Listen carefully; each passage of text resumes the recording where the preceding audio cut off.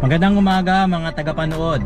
Nandito tayo ngayon sa Santa Maria, Ilocos Sur, kung saan nakatigil tayo dito sa isang magandang baywalk ng Santa Maria, Ilocos Sur.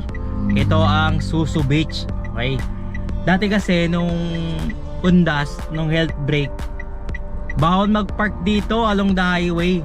Ngayon pwede na siguro dahil holiday pinapayagan, kasi noon pinapaalis kami ng enforcer dito no.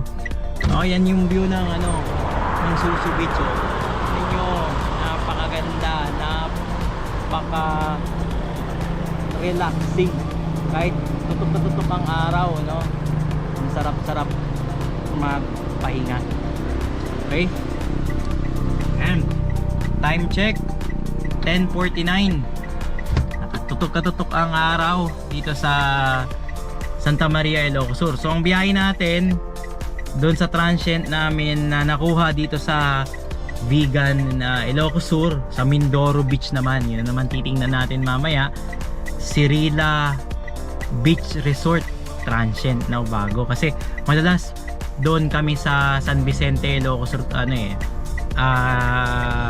tumitira kapag nandito sa Ilocos Sur. So tingnan natin mamaya yung magiging itsura, yung itsura ng Mindoro Beach, kasi first time ko makapunta dun sa area na yun. Okay? Maraming salamat. What's up mga tagapanood? Okay, nandito tayo ngayon sa Susu Beach sa Santa Maria, Ilocos Sur. Ngayon na ako nakababa dito sa mga tawag dito, mga coral.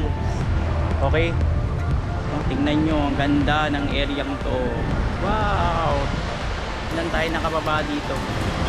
Look.